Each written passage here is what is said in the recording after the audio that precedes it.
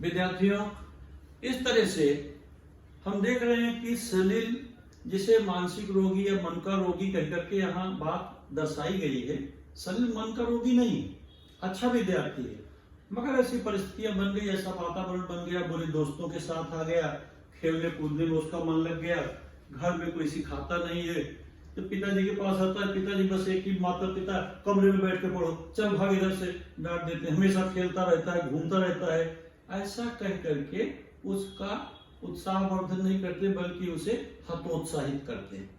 तो जो अभिभावक अपने बच्चों को इस तरह से हतोत्साहित करते हैं, उन्हें उत्साहित नहीं करते बल्कि उनका मनोबल गिराते हैं, ऐसे बच्चे ही कई बार मन के रोगी बन जाते हैं और फिर अपनी पढ़ाई लिखाई ठीक से वे पूरी नहीं कर सकते।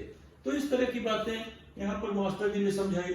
फिर आप देख रहे हैं कि आगे जो घटनाएं हुई, रामेश्वरी कहते मैं कल सलील के विद्यालय जाऊंगी, रामकिशोर कहते आगे से मैं भी सप्ताह में एक बार विद्यालय जाऊंगा।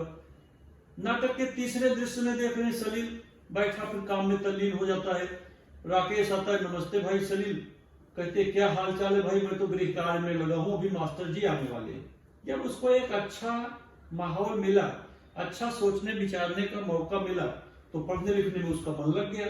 तो इस तरह से विद्यार्थियों हमेशा खेल कूद में न तल्लीन रहें, समय समय पर खेल कूद में मन लगाएं और इसके साथ साथ अपनी पढ़ाई लिखाई और अपनी जो जिम्मेदारियां हैं उनका भी हमें पालन करना चाहिए। एकांकी में देख रहे फिर सलील कहता है, नमस्ते मास्टर जी, क्या है? जी हाँ, भविष्य सभी विषय के काम पूर्ण कर लिए, शाबाश, अब तुम अच्छे लड़के बन गए, तुम्हारे माता पिता और विद्यालय के अध्यापक सभी तुम्हारे काम से प्रसन्न हो गए हैं। तो जब विद्यार्थी अच्छा काम करता है तो उसकी सब प्रशंसा करते हैं, और जब ठीक से काम नहीं करता तो उसकी आलोचना करते हैं, बुराई करते हैं। इस तरह से एकांकी नाटक में बातें बताई गई हैं। तो हम सब लोगों को इस नाटक को अच्छी तरह से समझ लेना है। इसी तरह नाटक के चौथे दृश्य में देख रहे हैं, फिर स्थान वही, बैठक का कमरा, शाम का समय, मास्टर जी श्रुत लेखन करवा रहे हैं सलील से। श्रुत लेखन बोलते हैं, सुनकर लिखिए। मास्टर साहब कहते बधाई हो, सलील अब छमाही परीक्षा में अपनी कक्षा में प्रथम आ गया। देखें, अध्यापक सूची को ध्यान से देखते हुए रामेश्वरी की प्रोग्रेस। वह सलील जो मानसिक रोगी था, अभी तक विषय में 2 नंबर, 1 नंबर, 0 नंबर, 0 नंबर पाता था, कक्षा में प्रथम स्थान पा गया। और अब सलील छमाही परीक्षा में अपने कक्षा में प्रथम आया, मिठाई खिलाओ। माँ कहती अवश्य खिलाऊंगी।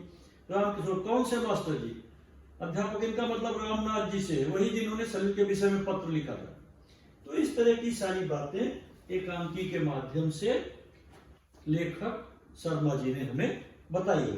पाठ को अच्छी तरह से समझते हुए हमें इस बात का पूरा ध्यान रखना है कि किस तरह से विद्यार्थी को अपनी पढ़ाई लिखाई का ध्यान रखना चाहिए, फालतू कामों से दूर रहो, बुरे दोस्तों से दूर रहो और अपना काम करो। स्वमत अभिव्यक्त का और एक प्रश्न है, प्रगति के लिए शिक्षा का कोई महत्व नहीं है, विषय पर अपने विचार लेखक कहता है। शिक्षा मनुष्य को मस्तिष्क और शरीर को उचित प्रयोग करना सिखाती है।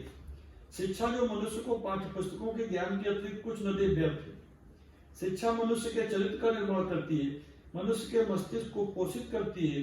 युग स्पर्धा का युग है, अतः इस तरह से हमें किताबी कीड़ा न बन करके और फालतू कार्य में न लग करके वर्तमान समय की जो परिस्थितियां हैं, कंपटीशन के हिसाब से अपनी तैयारी करते रहना चाहिए। जिंदगी कभी न खत्म होने वाली चीज है। इस तरह कई कथन इस पाठ में विद्यार्थियों आए हुए हैं। पाठ का अच्छी तरह से हमें वाचन करना है, उसे समझ लेना है। अपने समय का महत्व, क्या पते की बात कही मास्टर जी ने कि सभी अध्यापक आप और रामनाथ जी जैसे नहीं बन सकते। ये भी बात सही है, सभी अध्यापक एक जैसे नहीं होते। कुछ अध्यापक विद्यार्थियों के साथ बड़े परिश्रम से घुल मिल करके काम करते हैं, उनका सहयोग करते हैं। कुछ अध्यापक टाइम पास करते हैं, कहते अपना समय हो गया चलो घर, चाहे कोई विद्यार्थी पढ़े चाहे ना पढ़े, ये गलत है। तो यह भी कई बार हमारे कहते हैं ना, लक पर निर्भर करता है कि किसी अच्छे अध्यापक से हमारी मुलाकात हो, नहीं तो टाइम व्यतीत करते हैं कई लोग, बच्चों को ठीक से समझ में नहीं आता। तो इस एकांकी में कुल मिलाकर के लेखक सलमा जी ने जो बात दर्शाई है कि कोई भी व्यक्ति मानसिक रोगी ऐसा नहीं है। मानसिक रोग कई बार वातावरण के कारण उत्पन्न हो जाता है। जैसे कि आप लोग देख रहे हो यहाँ पर कि किस तरह से सलील, जो कि एक अच्छा विद्यार्थी था, मगर धीरे धीरे मानसिक रूप से कमजोर होता चला गया।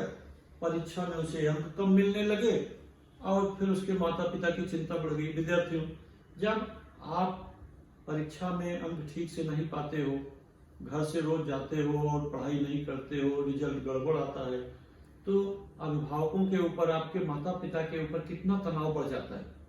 उन्हें लगता है कि हमारा विद्यार्थी, लड़का लड़की जो है, ये तो कुछ पढ़ ही नहीं रहा है, इसका भविष्य चौपट हो रहा है।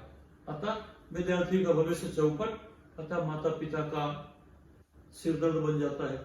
तो इस तरह से आप सबको ध्यान रखना है, अपना काम समय पर करिए, अच्छे दोस्तों की संगत करिए, मानसिक रोगी नहीं बनना है, दिन भर खेलने कूदने में, मोबाइल में ही नहीं बिजी रहना है। इस समय तो मोबाइल की थोड़ा आवश्यकता है, क्योंकि ऑनलाइन क्लास है, तो बिना मोबाइल के काम नहीं चलेगा। मगर मोबाइल में आप पढ़ाई वाला काम करिए। कई विद्यार्थी मोबाइल में फालतू चीजें, पिक्चर, गाना सुनते रहते हैं, ऐसा नहीं करना है।